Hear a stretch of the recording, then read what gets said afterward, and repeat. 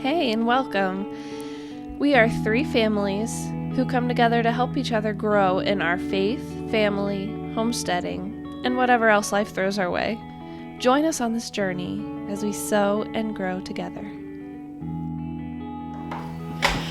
In one way or another, all three of our families have kind of stepped outside of the normal status quo way that families run, and we've refocused on inwardly to our family.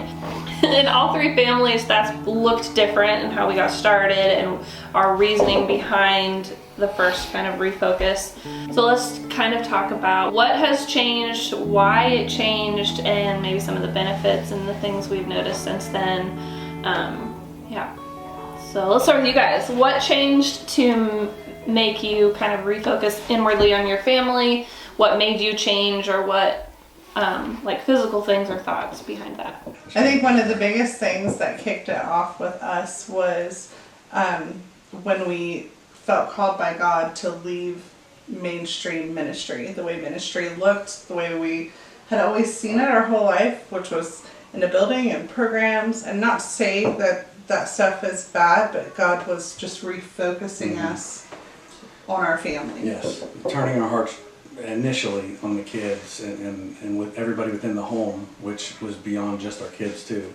But in the long run, it started branching out from our house, because once it, initially it was there, the discipleship started growing. He started leading our hearts in that manner, and then once our kids grew, he started opening doors for us to start ministering outside of our house. Yeah. And really to change it into a living life ministry. And that home was our home base. So, I mean, that was probably the initial kickoff for us. Yeah. So how are things like in more of a physical sense, not just like an attention, not just your attention and your heart, but like in a physical sense? How are things different than just like mom and dad working, kids in school, like all the rat race kind of things? What physical things are different between what might be expected and... Well, I think one of the big things was we had homeschooled for many years, and I'd homeschooled while working, so I didn't stay at home with the kids. I actually took the kids to work with me.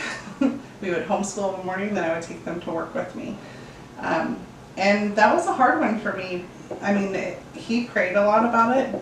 God initially put it on my heart that he wanted us to homeschool the kids and pull them out of where she was going to work, and actually told me that he wanted her out to go to the start home. But I knew her heart, and I was like, God, I'm just going to pray, and you're going to have to change your heart, because I know my wife, and I knew that wouldn't have been accepted very well if I brought it up. So about a year into it, that's when she came to me, and I'm like, oh, took you long. Now, and one of the things that happened, the homeschooling was a huge start on getting at home, being at home with the kids. I swore my whole life growing up that I would never be a stay-at-home mother. I would never homeschool my children. Like, I was adamant. I would always work. I would bring in my fair share. And now I'm like the biggest advocate for homeschooling and being at home. I don't think he initially changed our focus to come home necessarily. It was just he changed our hearts toward our kids, and that we realized that we couldn't do that in the institutional setting that we were in the cookie cutter ministries, and our heart was starting to just gather at home and start teaching them the basics of all stuff that we instead of sacrificing the ministry with them in order to minister to everybody else in the institution. It was just raise them up to do the ministry with us. Yeah. No. Yeah. That was a big one. When our kids, I was so stubborn with God and homeschooling that our kids actually went to public school, and then they went to private school, and then they went, and then one of the boys. One of them I pulled to homeschool when I was just kind of crying at them, at the teachers, and explaining to them how to teach him. The whole time I'm going, I can't teach my son, I'm not qualified. And, but I'm telling them, like, this is how he learns. And she was so scared bringing him home. Oh, I was first so year. scared that I was gonna fail my child. And then it was 2 years. No, 1 year. 1 year, It was 1 I thought, year. Yeah, it was 1 year later.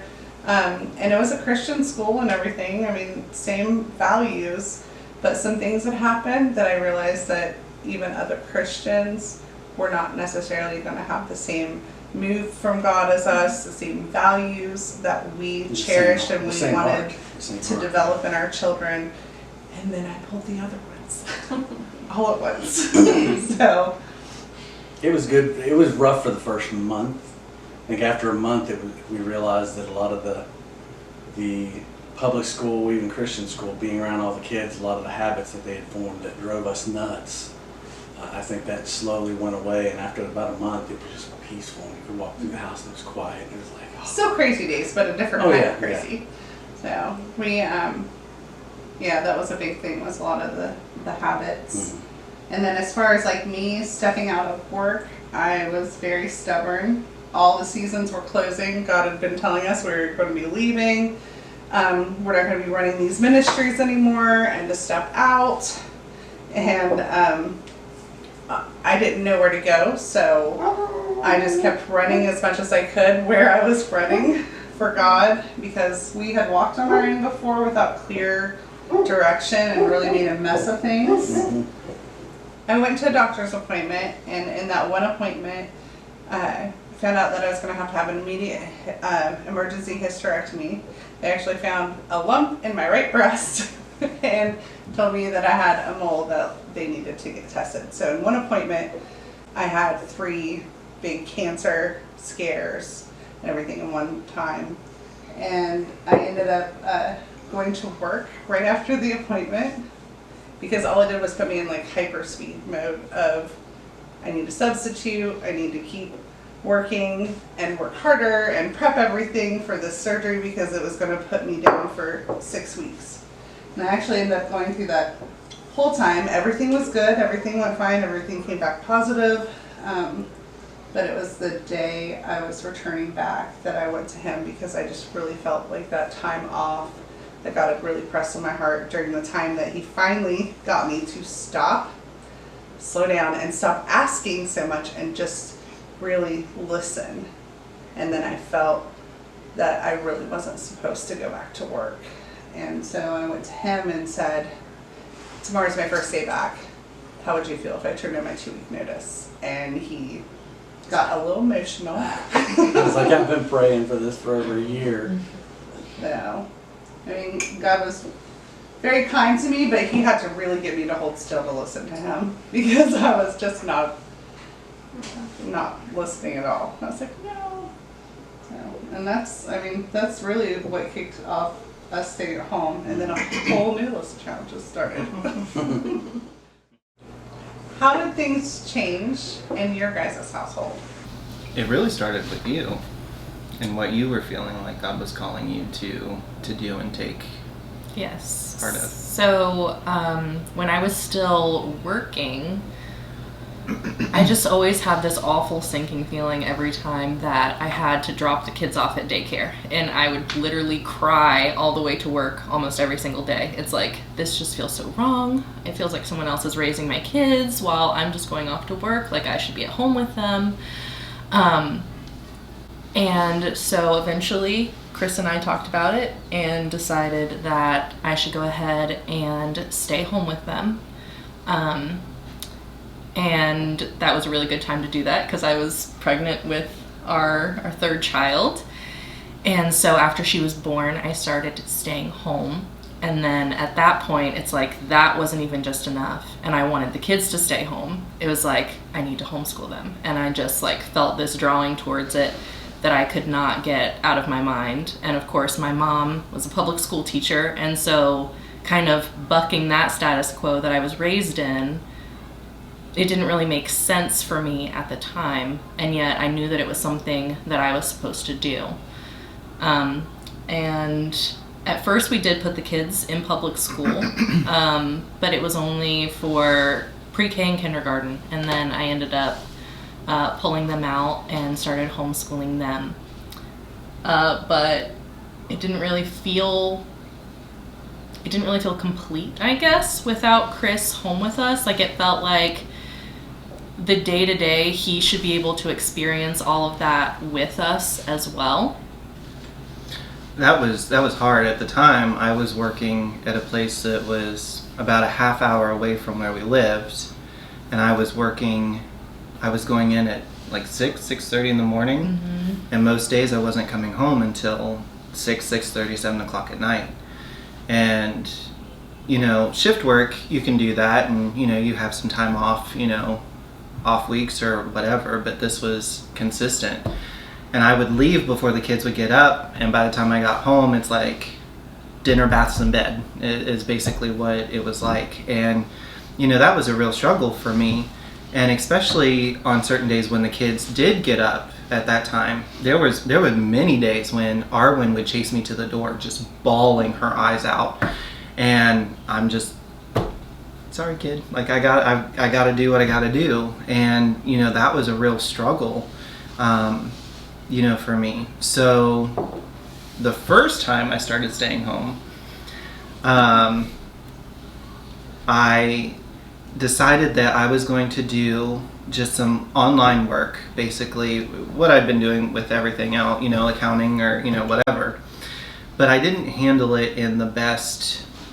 I handled it fine, but I basically accepted whatever job came to me first and just went with it. It was the first job that came by, and it was a great job, but the pay wasn't what we needed to really sustain. So it was very hard, and I ended up going back into a traditional job and was there for what, 2 years?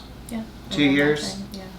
And just really decided in that time, just with seeking and praying and really just being gone, because I mean the same thing was kind of true. I was leaving super early in the morning, and I mean there were days when I was getting home, especially like tax season and that sort of thing. It was, you know, 7, 8 o'clock, really late at night. I was gone, you know, 12 plus hours in a day. And you had health stuff going on too. But Yeah. Yeah, we had that going on. That's a whole other video, guys. But you know, and it really pressed on me, like I really need to be home with my family. And so we talked and decided to give it another try, and we're almost 2 years now, year and a half, almost 2 years with me being at home again, and it's gone 10 times better than what it did the first time. And it's been good to be able to be there and, you know, see the kids and see Adriana and, you know, hey, let's eat lunch. Hey, let's read together. Hey, let's, you know, I want to be part of your schooling, you know, today, or whatever time allows for. It's just been nice to be able to see those moments that you're always afraid to miss out on, just to actually be able to see them through. So, How is the first time different from this time?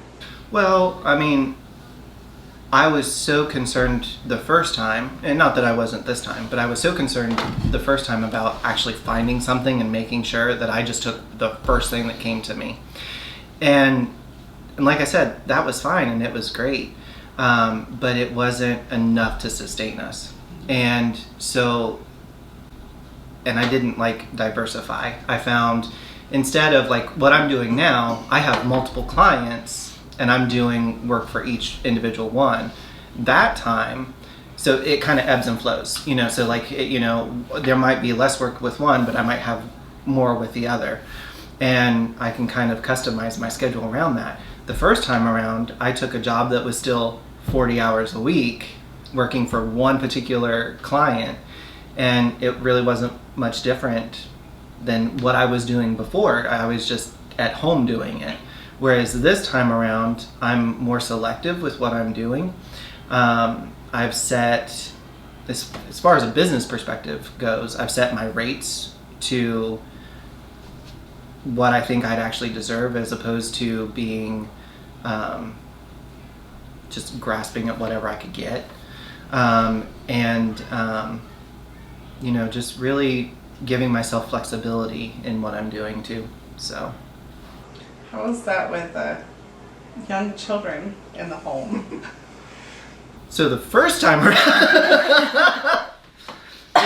it really wasn't bad. It really wasn't that bad. It was different because we had never been there before. And our setup wasn't great. Our setup was not great. It was really difficult. I didn't have everything that I needed to try to actually make it successful. I was trying to work off of a laptop connected with multiple monitors in like this tiny little like desk area, and that whole time I was on the phone the majority of the day. Yeah. And that's hard, when you've got, Arwen was three, maybe. And Aspen had just been born, and everybody's at home and everybody's trying to learn and adjust to being home and together, all the time. And so that was rough. This time, I made sure that I picked jobs and clients where I'm like, I can't be on the phone like a whole lot. Like that was one requirement for me. I'm like, I can't, because I don't know what all's going to be going on in the background. But the kids are also older too. So, if I have a scheduled call, I make sure everybody knows, hey, I've got a call from this time to this time. Find a book, draw a picture, do something quiet, whatever. And we just try to make it work the best that we can. But, my setup's a lot easier too. It's a lot better this time too. So, yeah. I like hearing kind of like everybody does it so differently. There's just so many there's endless possibilities on how you can make something like this work, where you can still make a living, you can still survive, but be intentional about your time and be home more. Well, if you go back into history, this is what people did. Like they worked for themselves, they bartered, they sold, they did whatever. You didn't have big conglomerate, you did, but they were few and far between. This is what people did, and they made it work. So if they made it work back then, why couldn't we make it work now? So we've just been trained to believe like this is the route that you should take, this is what you should do, and if you try something different, it's just not going to work. It's not even So a true. should do necessarily, but a have to do. Yeah. Like Yeah. a lot of times they'll be put to you that way. Like you have to do it this way, or Right. it's not going to succeed. Right. Yeah. So what about you guys? Like what was the deciding factor for you guys, and how did you start floating into that? That was just my work. Well, before your work changed, I Yeah, stayed home. That's true. Because we have kids. Because I was like, my mom was a public school teacher too, and she was at private school. We had this whole she was in private schools and public schools depending on when the private school closed down or closed that grade level or whatever, and then we were kind of all over the place. But having a mom as a teacher was like, that's an acceptable profession, and you have all the same holidays as your child. So you have evenings, you have weekends, you have holidays, you have summer off with your kid. And that was really, and then I don't know that that's why I was teaching, but I just love to teach too. So I ended up, going to college to teach, and then became a teacher myself. And the thought being from most people, so when you have children, you can have the same holidays they do, and that's very that's a good child friendly. And then when I got pregnant, I was like before we even had him, I'm like, I'm not coming back. That was not. He's like, nope, okay. So I'm like, and I took what was supposed to be 2 weeks off before I had him, so I could be like my first baby. I wanted to be rested, and then he came 2 weeks late. So that was a month early that I'm just at home waiting on our family. So I was just not going to do it. And I don't know, growing up, that was never even seemed like an option, because, nobody really did that. Like my grandma did back in her time. That was a lot more common, where the mom stayed home and the dad worked. And that was kind of the status quo at that time. And then, I don't know. Nobody really gave me a hard time about it or anything, but it was just kind of always you're going to stay home. That's going to be really hard. How are you going to do that? So, when I had one, it was okay. You were still working, but not crazy hours at first. And then, yeah. Well, the work started picking up more, and like the other operators were getting sick, so I was covering more weekends, and eventually it was just almost 4 weeks in a row without having a day off, and it just got stressful. It ended up being a lot more hours. So that, I don't know what made my heart flip in that, like I wanted to be home, but it just, then that was what it was. While I was home, he was working, then I was home more and he was working more, and then there was still, even though, you know, the kids were home and I was home, it was still a little bit of a divide because he worked, and then we started the handyman business on the side. Yeah. Our own handyman business on the side. I say our own because, you know, he was the handyman and I just like decided that was a good idea. Yeah, so then it was like 3 weeks without a day off, and then when I did have a day off, go work for people at their houses, After work, weekends. and then not sleep with the kids, not sleeping during that time, and Yeah. it got tough. Yeah. And And then not making enough money. I'm like, somehow you are working 24/7 and we are still not paying our bills. Yeah. Like, and I think part of it was we started out marriage with 2 incomes and only the 2 of us in a teeny apartment, and life was grand and money was easy and there was no struggle. And then we bought a house, and then I stayed home, and then we were on 1 income, and we didn't adjust our spending at first. Maybe, I think we thought we did. Shh. We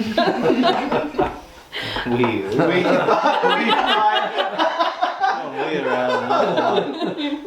So then trying to catch up, spending all that time trying to catch up, and like just grasping the reality, and then being like, okay, the handyman stuff started picking up. Yeah. Like it was going well and you were liking it. Right? Yeah, I was liking it. It was good. That had to be hard though, being in that season of working. I'm a little biased because we were here during that season, so we saw it.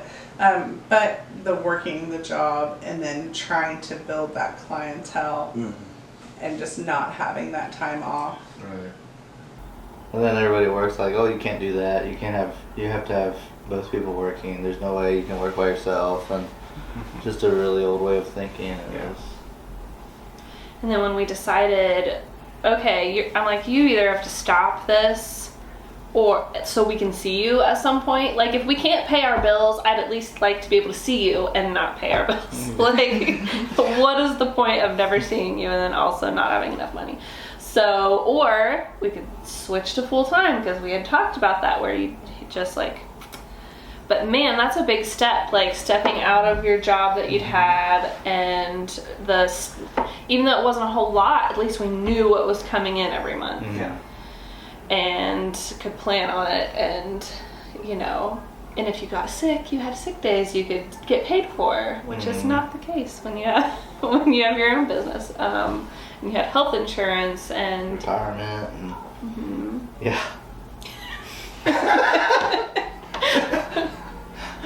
You're so glad you have your own business, right? I am glad.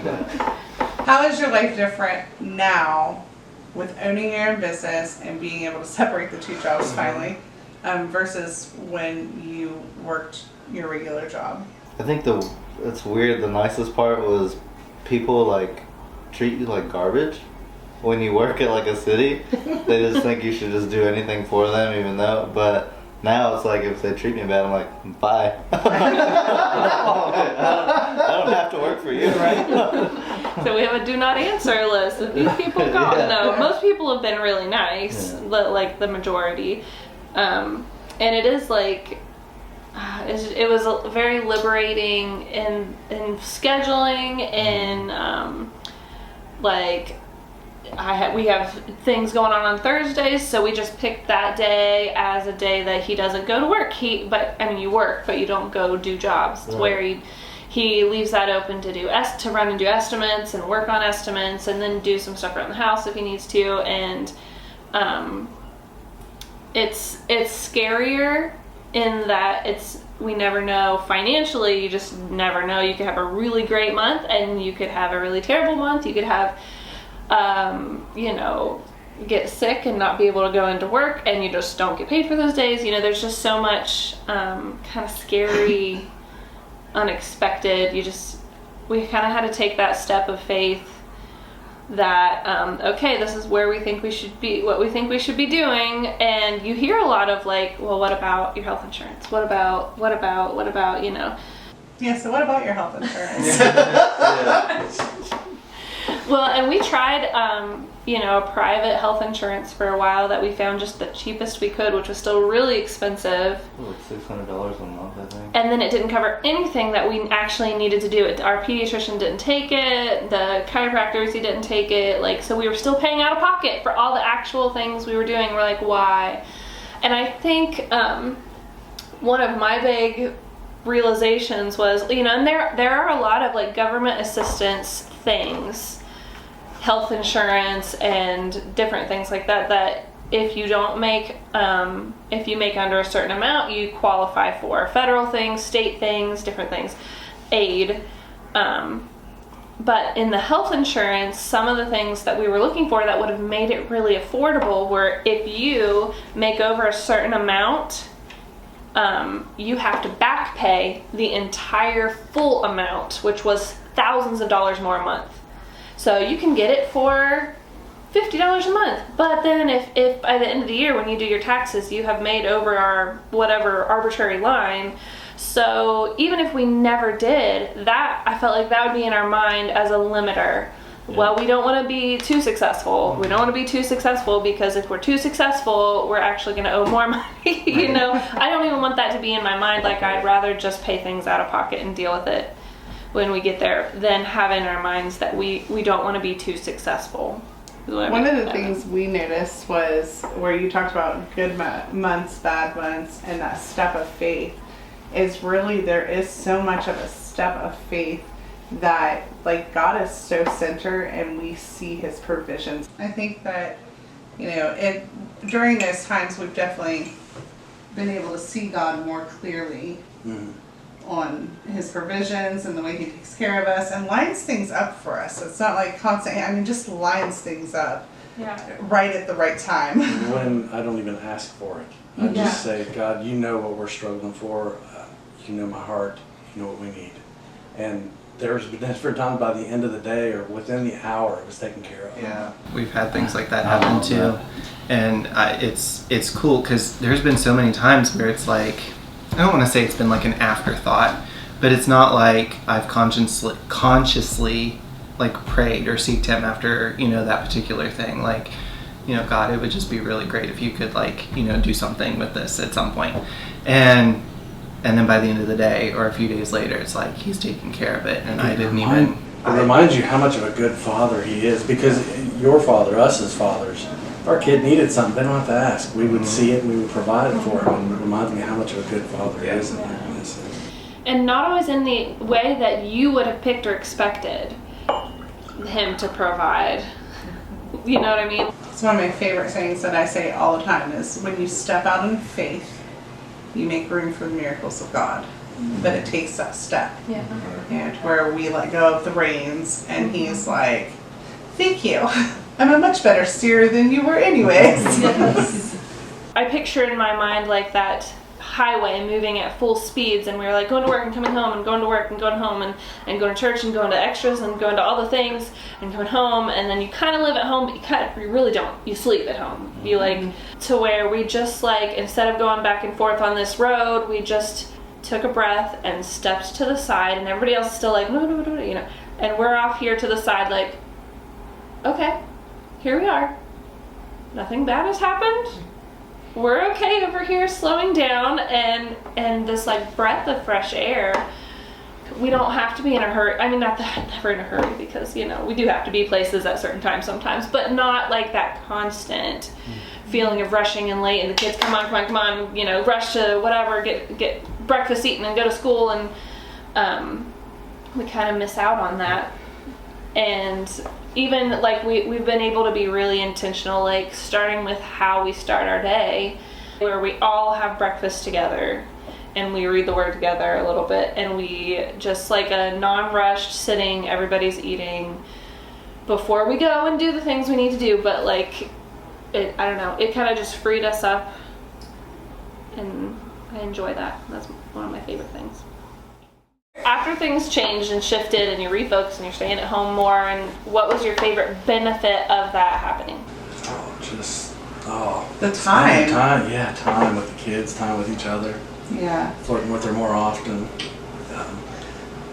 I was gonna say the time is definitely a big one. Well, and time with God, really, because that allowed us each to really focus on Him one-on-one, and then we would all get together and do our studies, and different times we do, you know, praise and worship or prayer, intercessory prayer and stuff. Yeah, so definitely time, and it's like time slowed down in a sense, and like you said, was just a lot more purposeful. We were purposeful with it. We didn't take it for granted. So Days were longer. I remember at 3 o'clock it felt like it was 7 or 8. Yeah. We still have more time to do stuff. yeah, I think that's, and a big change for us also was he has a combat related injury, so he ended up getting to a point where he had to he had to medically step down, so which meant he was at home too, which was, I mean, we were a lot more purposeful in our time, but there's a difference between purposeful time and being home all the time. So there's a big adjustment for our boys, because, and I mean, I don't know if you guys went through this, but Dad's home. Yeah. You know, so, and be like, no, you still have to do schooling. You still have to do these things. But Dad's home. Dad, you have to do schooling. Oh, Dad's home. So there was big adjustments in that area too. But we adjusted some of the homeschooling where she would do the book work and I would do some of the other stuff. yeah, Dad got the fun classes. It was more like, I guess, more life related. I would help them learn how to do yard work or landscaping, or, you know, wilderness survival skills, or just different things like that they enjoyed learning how to do. Yeah, we don't need Boy Scouts. We have my husband. Yeah, it was time. That's the biggest thing. Purposeful time all the way around. So. What about you guys? What was your favorite benefit of being home more? And It was really nice to just be together. Like, that was one of the big things that I was missing out on, was just actually seeing everybody.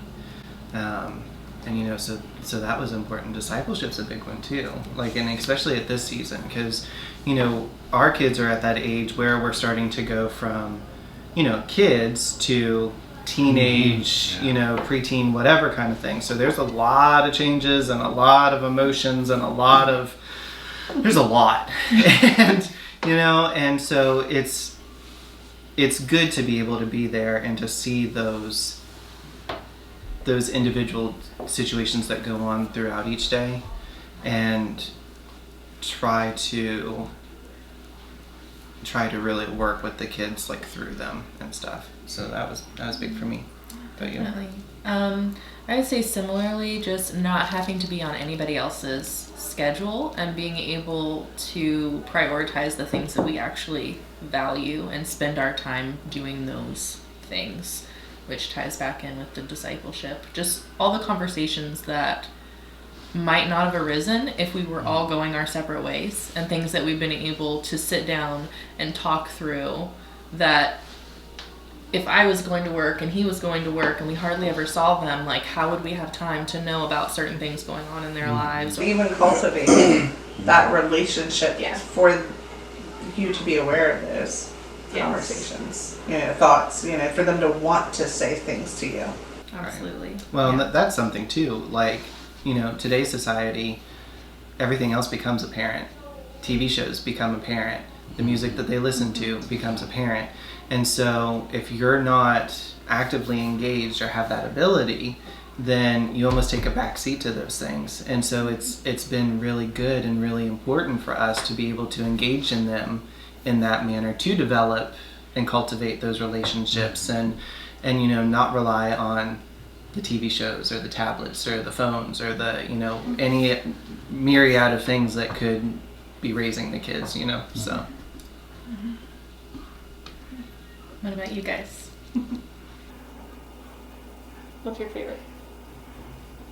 Being home more, definitely. There's a lot more time here that I can do stuff because stuff gets done here all the time, and we have a bunch of animals, so. And Shouldn't talk about kids that way. Projects for Cassie. well, and we have the littlest kids too of the groups here. Like, so we aren't quite at that stage where we're getting into preteen or anything, and it's more, meeting their physical and emotional needs where they are, which is just spending time with them on your lap, our kids are really independent and good at just playing and doing whatever in between, and they're starting school stuff, so that's fun. And this is really like a time where we're setting up habits, and we're setting down expectations for them in just a really wonderful way. I don't know, it's been really enjoyable, and it gives us this freedom to I like what you said too, I feel like we're all a little bit rebels here, because I don't want anyone else telling me what time and how much time I get to spend with my kids. And it's not like we just sit around with our kids all day. We're all working on things at one time or another, and there's still a million things pulling at us, but we get to be in charge of when that happens, and we're able to center around what our kids' needs are a little more than just meeting the most immediate need, while our primary focus would have been, careers or whatever other things were pulling on us. We're able to live life together with them and work with them. And we live out in the country. We don't have a lot of land, but we've got chickens and goats, and they're getting business ideas with growing herbs and selling them, and helping with get eggs. And I don't know, I really love the time flexibility and freedom, and the freedom to say, this isn't working. Even in business, we could be like, this isn't working. Let's stop and let's just rethink how we're doing it. Let's do our schedule a little differently. Let's price things differently. We have total freedom to figure out what works best for our business, for our family, for our kids, for our relationship. It's just a lot of flexibility, and you still have a pressure. You can't just not work. You can't just not pay your bills, but you can be creative, and the potential of whatever you want to do, the possibilities are endless. We're not limited by, if you had stayed working for the city, you would make this certain amount and then maybe get a raise if it passed the city whatever, and then maybe, in 4 more years, maybe, it was a very limited growth. Whereas now, even if we have a bad month or week or, whatever, we're like, but you know what? We can change some things and do better next month. And let's, I don't know. I like that flexibility and possibilities. It's funny how you brought up feeling rebellious, or a little bit of a rebel. I didn't realize how much of that had spurred in me until we took in a child who was a senior in high school.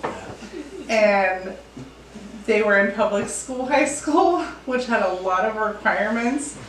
And I don't know how many times I was like, no, we do not. She'd be like, we have to go do this. And I'd be like, no.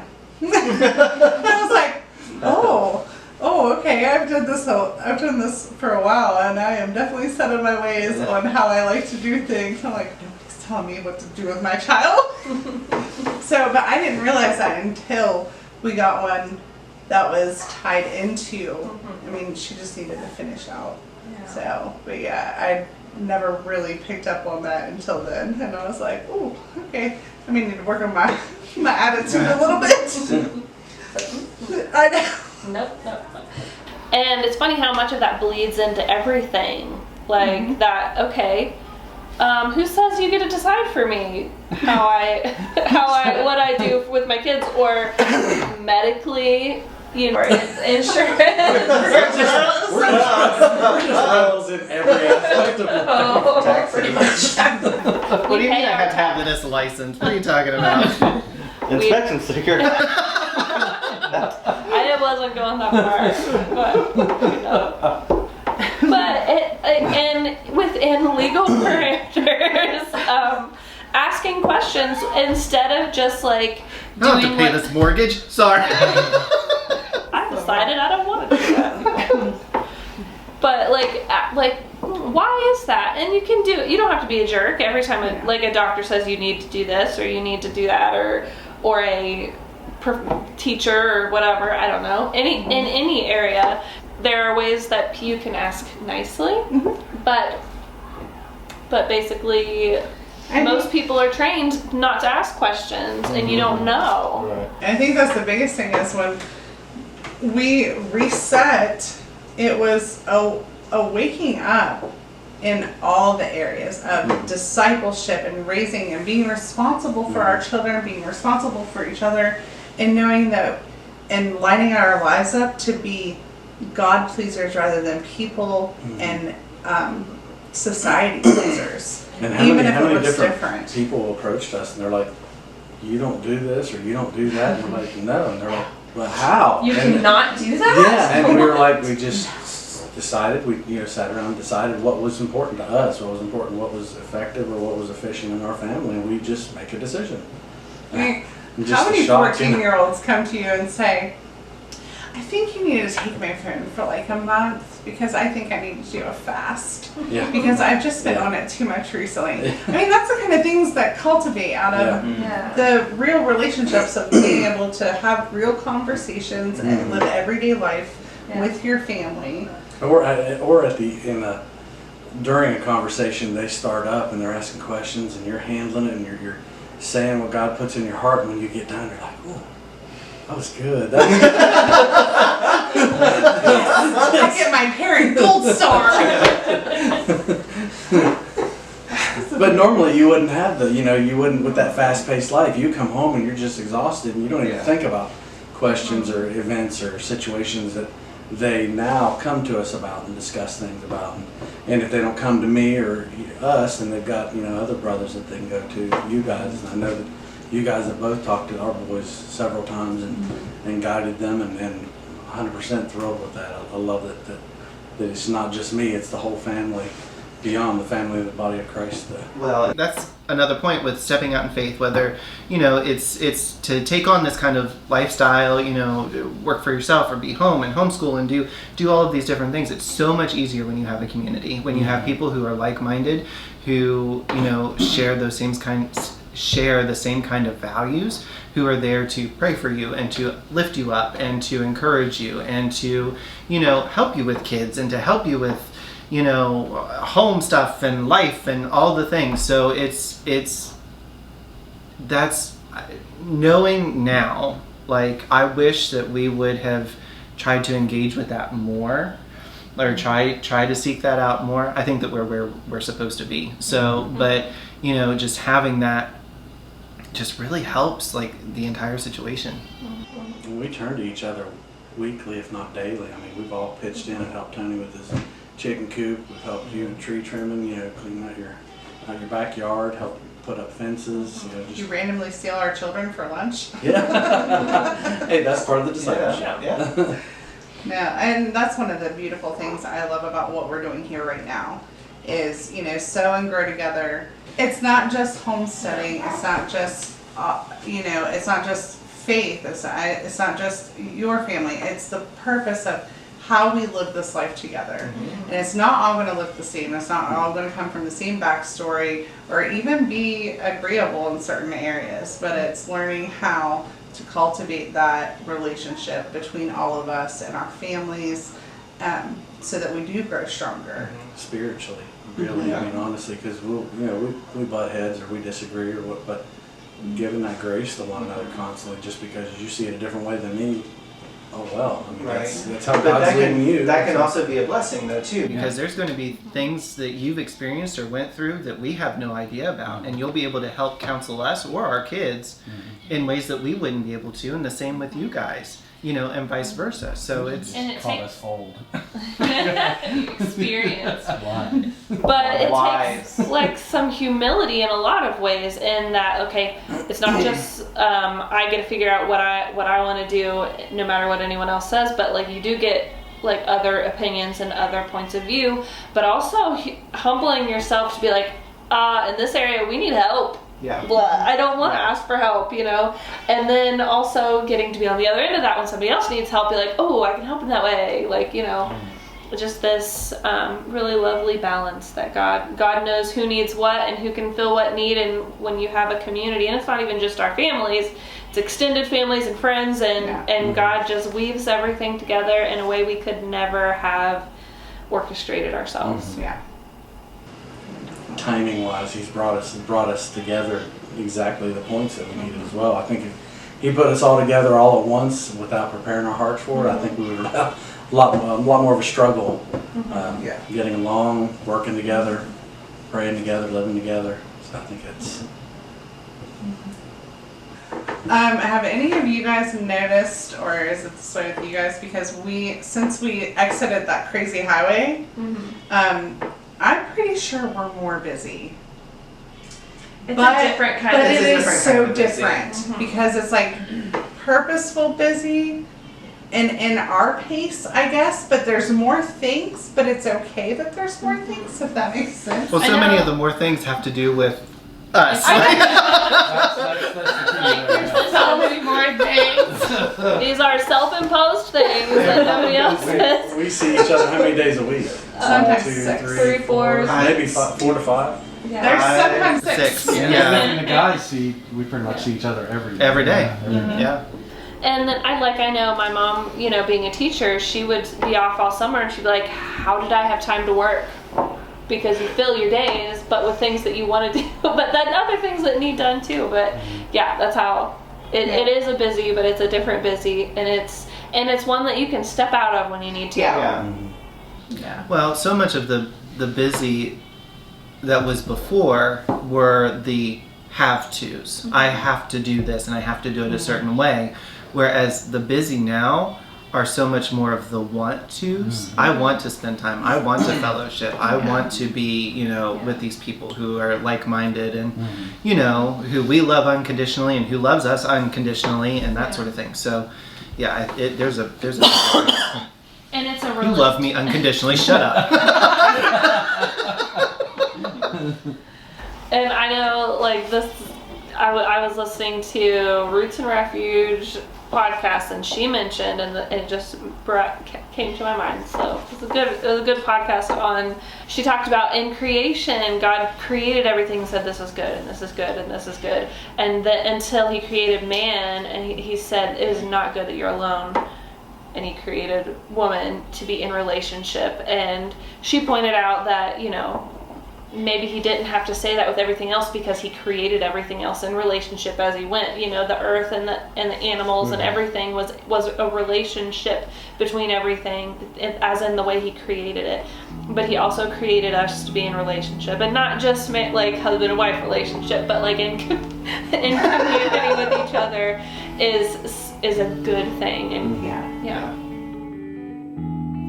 Father God, we just thank You for this time that we just were able to come together and just discuss what You're doing in our lives and how You're affecting us and how You have affected us and the things that You've brought forth in our lives. And I thank You that this was a productive talk, that this time together not only touched us and edified us, but it helps and edifies other people. And so tonight we just thank You again for the opportunity. We love You and praise You. In Jesus' name, amen. Amen. So let that go in the bin. Shut up! Take your break!